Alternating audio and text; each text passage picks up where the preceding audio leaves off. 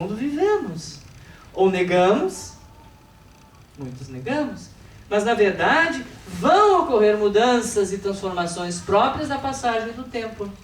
Ora, se eu estiver bem de saúde, se eu tiver com independência funcional, ajustado psicológica e espiritualmente para isso, a velhice poderá ser então saboreada como um empreendimento bem sucedido.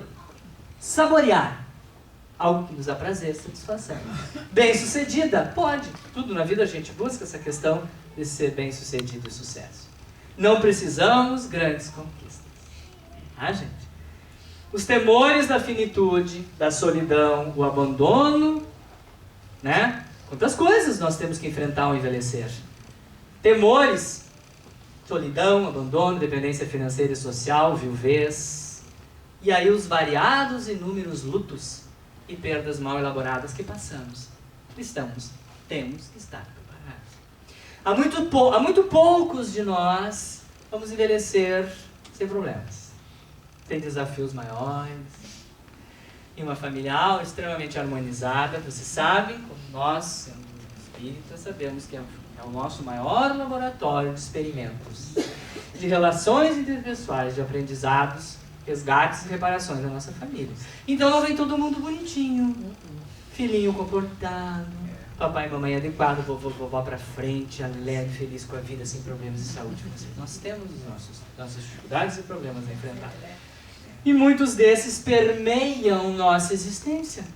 A viuvez, as doenças, as limitações, os lutos, as perdas, o abandono, a solidão, a questão financeira. E aí? Como estamos nos superando? Daí entra essa questão que eu acho muito linda, né? A Luft. A Luft é uma autora gaúcha, sabe? Escreve muitos livros muito bons. E ela é sexagenária, uma idosa já. Tem um espírito muito jovem, entende bem a velhice, não é espírita, né, católica, não, mas é espiritualizada. Nos seus livros ela fala muito dessa questão da espiritualidade. E num dos seus últimos ela coloca assim, ó, qual é o tom que pretendemos dar à nossa velhice?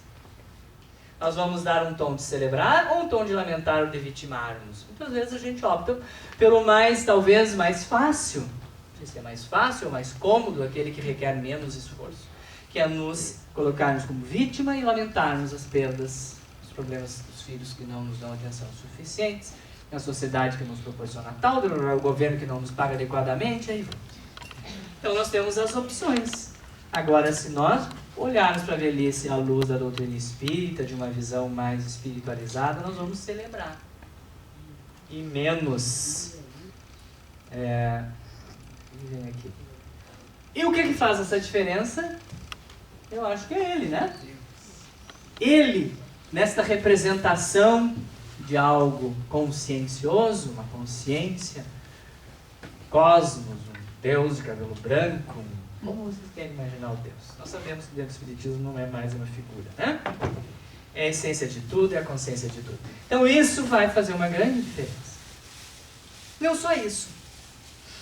A gente tem que ter esse cuidado a não achar... Eu não sei onde é que eu fui esses dias, que eu dei uma palestrinha curta. Eu falei sobre isso.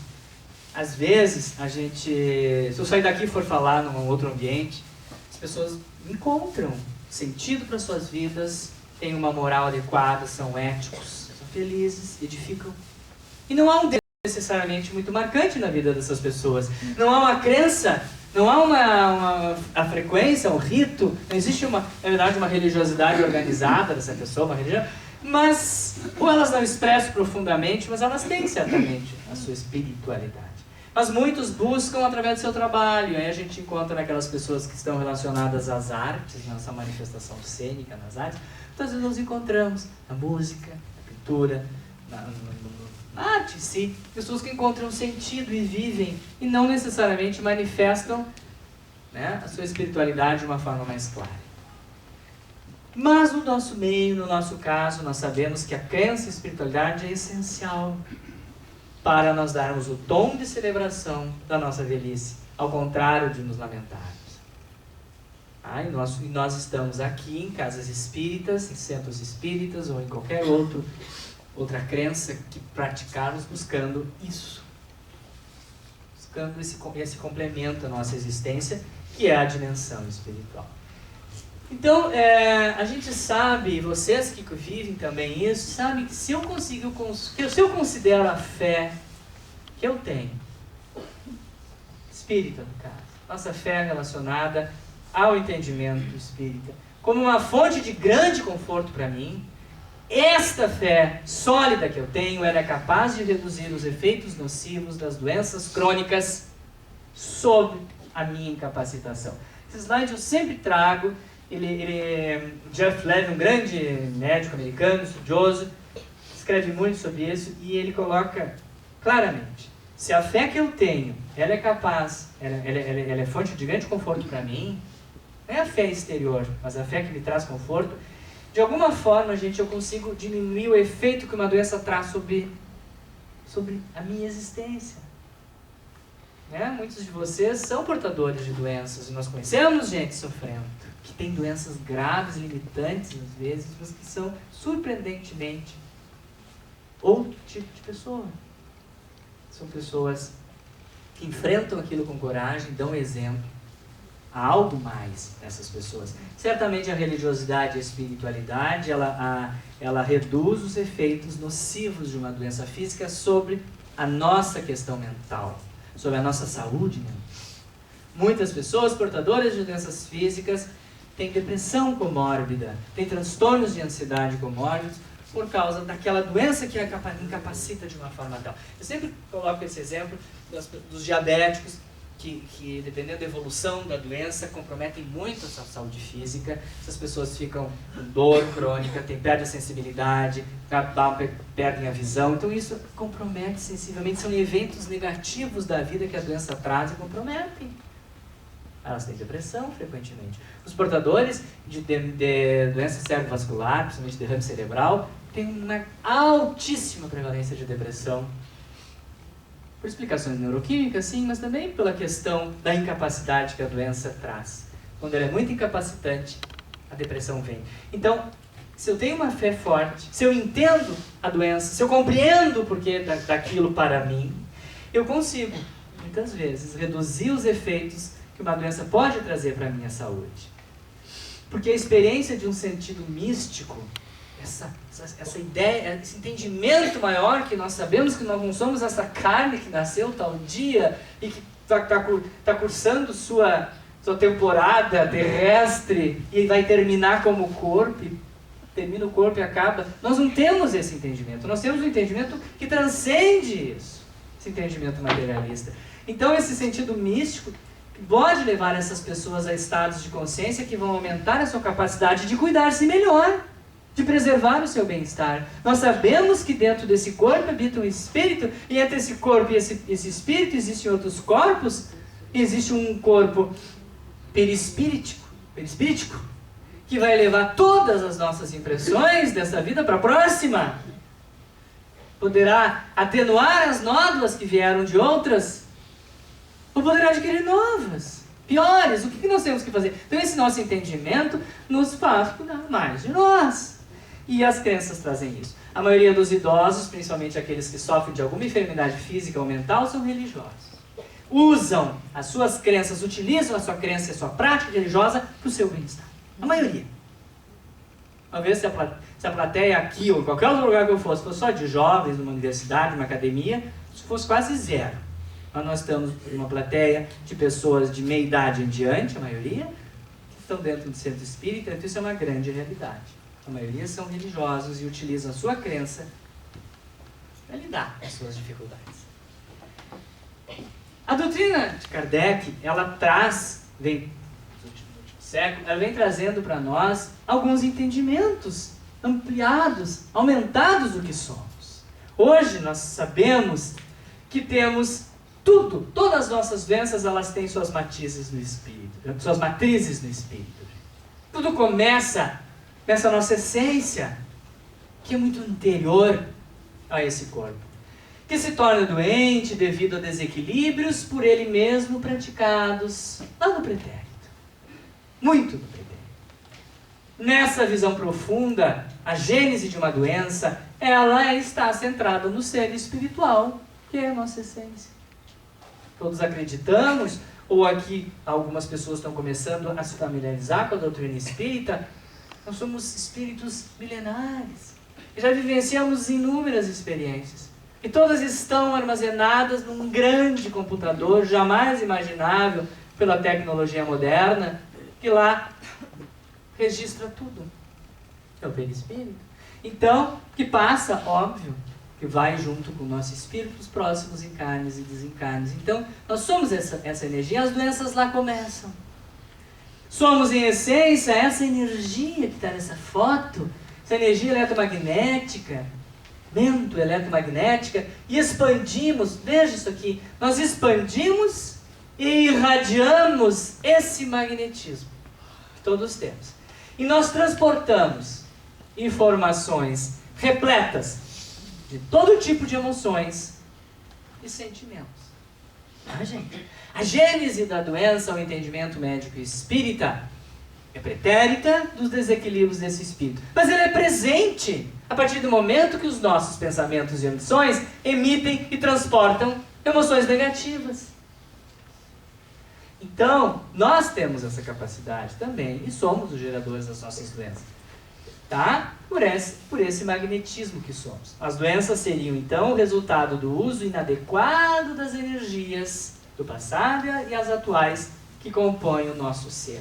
Então, o entendimento espírita, ele traz isso.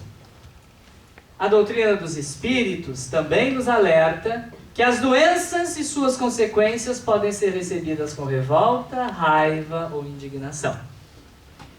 Ou podem ser acolhidos com amor, compreensão e aceitação. Não é? Não depende muito de nós. Aí não vem aquela máxima do entendimento espírita, do livre-arbítrio, da nossa liberdade de decidir pelo bem ou pelo mal de nós próprios. Nós sempre tivemos esse livre-arbítrio. Utilizamos muito mal no ano passado. Hoje nós estamos tendo muito mais chances de entender. Então, a doença, o envelhecimento, os desafios do envelhecer, têm que serem vistos assim, como necessários. E vistos com amor, compreensão e aceitação.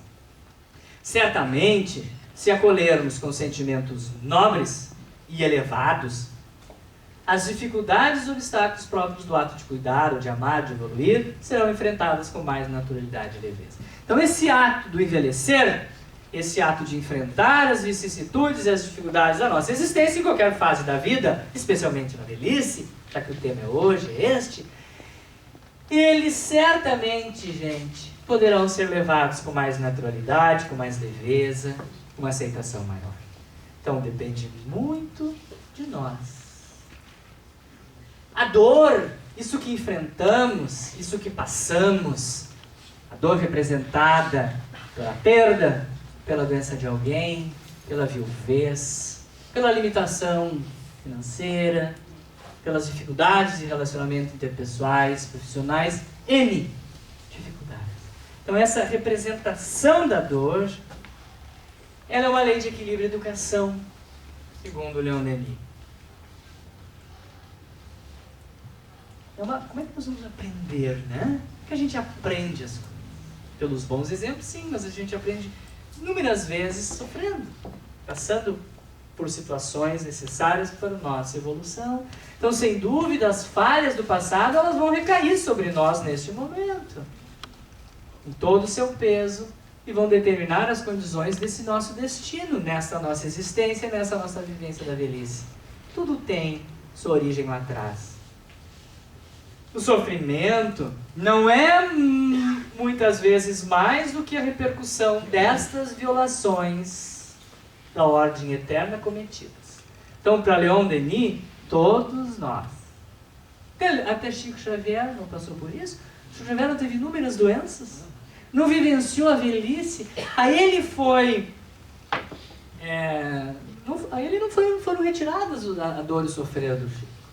A ele foram dadas doenças próprias do ser humano, porque ele vivenciou na carne aquilo que é do corpo, mas seu espírito era muito mais elevado do que aquilo. E as enfrentou com coragem. Então todos os seres têm por vez passarem por ela. Então vamos olhar isso. Lá no passado, muitas violações fizemos. Muitas negações Fugimos de conflitos, fugimos de compromissos, fugimos de obrigações, de tentativas de evoluir, fugimos. A princípio, reencarnamos com um processo reencarnatório para edificar esse espírito. Quando a gente encarna, dependendo do lar em que está, das condições que está, nem sempre conseguimos fazer o que nos propusemos. E erramos, pecamos. E hoje, nessa contemporaneidade que estamos, temos muito mais consciência de que precisamos melhorar esse espírito, evoluir.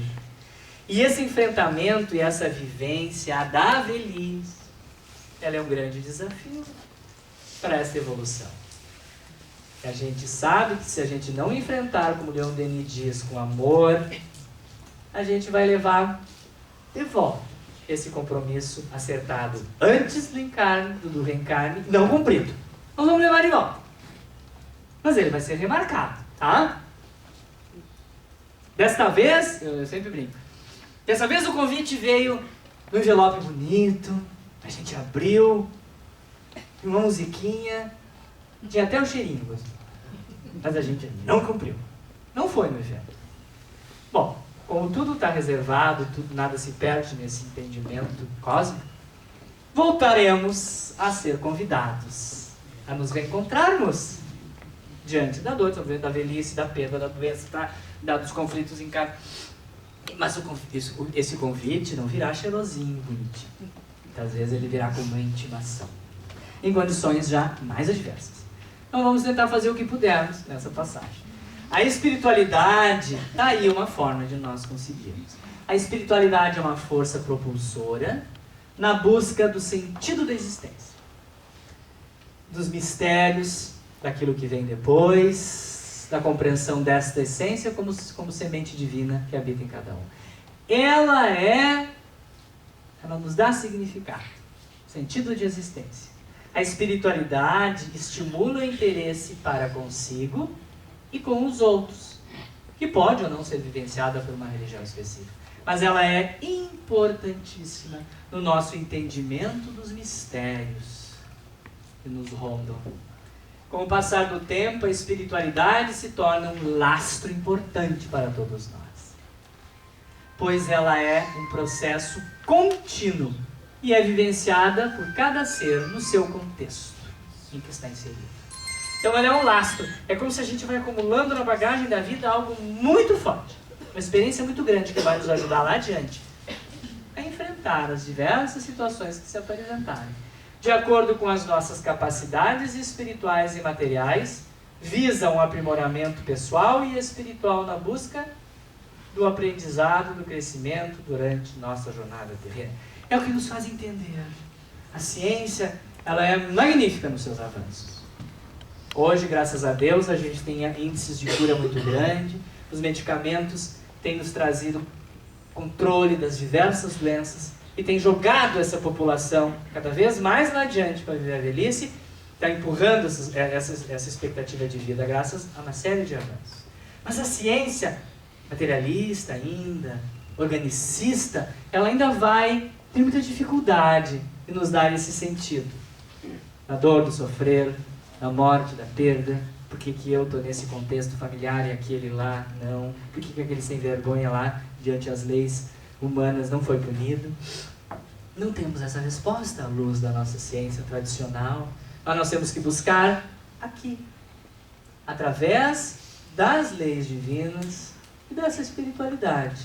Então a espiritualidade, o que ela faz? Ela enfoca elementos imprescindíveis, transmitindo vitalidade, significado aos momentos bons e ruins da vida. Ela tem um significado. Tudo o que acontece tem um significado importante.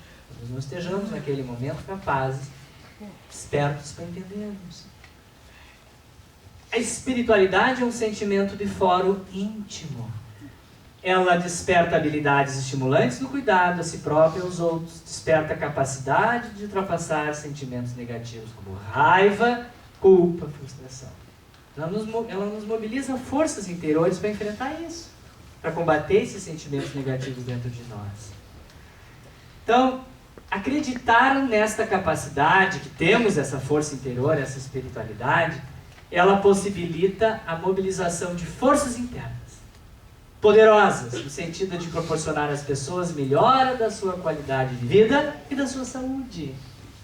Entender, utilizar a crença, a nossa fé, nosso entendimento, para enfrentar os nossos problemas, vicissitudes e situações da vida, realmente é uma forma de nós conseguirmos, através dessas forças interiores que estão dentro de nós. Qualidade de vida significa bem-estar, satisfação, felicidade consigo mesmo e com o mundo ao seu redor. Não é o que nós queremos? Muito poucos. Aqui o Rogério, que é psiquiatra, não sabe. Nos deparamos diante de pessoas, eu mesmo, geriátricos, pessoas que não querem mais viver. Tem mais. Portadoras de doenças graves, depressivas. E o sentido da existência se perde. Nós abstraindo, tirando essas pessoas, na imensa maioria de nós queremos um bem-estar interior, existencial, espiritual. Queremos satisfação, felicidade com a gente, com quem está ao nosso redor. Não é? Isso é qualidade da vida. É o que a gente busca. E nós podemos encontrar de diversas formas. Mas a crença, a dimensão espiritual, é uma das mais valiosas. Então, a atenção à dimensão espiritual do ser que envelhece é extremamente valiosa, pois auxilia na regulação das emoções durante a fase de adoecimento. Gente? Essa dimensão espiritual, ela também auxilia na aceitação do tratamento, bem como no lidar com alguns aspectos de sua vida, reduzindo o estresse mental e tornando o sofrimento mais tolerável. Esse slide é muito expressivo. Então, essa dimensão espiritual que temos, principalmente a nós que estamos envelhecendo, ela é muito valiosa, extremamente valiosa para nos dar força, conforto, amparo, quando adoecemos, quando temos que enfrentar tratamentos, quando temos que lutar por diversas situações que se põem à nossa frente. Então aí entra essa questão que na velhice cada vez tem crescido mais, que é o cuidado às necessidades espirituais. Temos inúmeras necessidades, inúmeras. As mais relevantes para quase todos são as necessidades materiais. Mas nós temos essa necessidade, ela cresce cada vez mais quando envelhecemos. As necessidades espirituais, e nós devemos fazer com que esse modelo biomédico que nós praticamos, nós médicos praticamos, tem que ser trocado, modificado, alterado, substituído por esse modelo materialista, né, gente? Nós devemos ampliar o conceito de saúde, doença. Nós temos que integrar corpo, mente e espírito, tá? E aos poucos vai se conseguindo. O bem-estar espiritual e existencial são componentes de grande relevância na promoção de saúde, na qualidade de vida, no processo de viver no envelhecimento, especialmente no fim da vida. Em qualquer momento é importante, mas quando nós estamos diante de situações como doença terminal, como proximidade do fim da vida, então isso aí cresce imensamente. Porque o bem-estar espiritual e existencial é essencial na nossa vida. Eu posso estar muito bem financeiramente, hoje, um dia muito frio, uma noite muito fria, rodeado de conforto, luxo, tudo. Como é que está o meu bem-estar espiritual e existencial? Como é que eu estou enfrentando as dificuldades que eu tenho dentro do meu lar, na inter-relação entre os meus familiares? Eu estou preocupado com o outro? Eu olho um pouco para fora e vejo que pede, aqueles que pedem uma ajuda. Eu auxilio? Será que eu sou essa pessoa equilibrada, tenho uma qualidade de vida adequada, ou eu estou só ligado a essa questão do ter, do possuir, do material? Então nós vamos buscar, sim, a questão mais ampla, que é o nosso bem-estar espiritual e existencial. E ele aumenta significativamente quando estamos diante do cuidado paliativo. Eu trago essa partezinha dentro da palestra, que é importante também, essa questão de cuidar daquele que está em fase terminal. Os cuidados paliativos, a qualidade de vida espiritual, ela é o mais importante. É o maior valor que nós temos. Está fortemente ligada com o bem-estar entre pacientes terminais e principalmente aqueles convivendo com diversos tipos de prognósticos e câncer. Há muitos estudos mostrando que a crença e a espiritualidade, ela infla, vamos para um balão de ar. A dimensão espiritual ela cresce tanto Porque ela traz aquilo que a ciência talvez chegou naquele momento e disse hoje, aqui não há mais o que fazer.